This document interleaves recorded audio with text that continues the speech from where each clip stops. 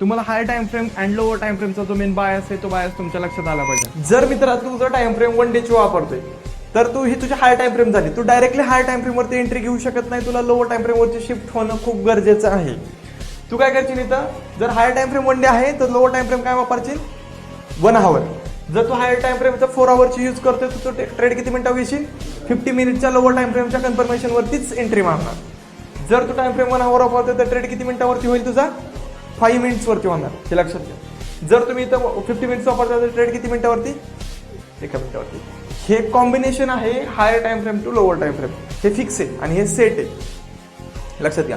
मग उगीच तुम्ही काय करणार, इथं 15 मिनिटं आला, 15 मिनिटं काय सापडा नाही म्हणून तू लगेच 5 मिनिटं जाणार नाही.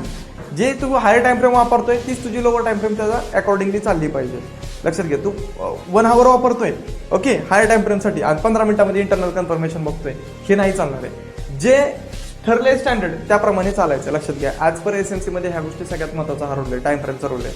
Higher time frame to lower time frame. Okay done.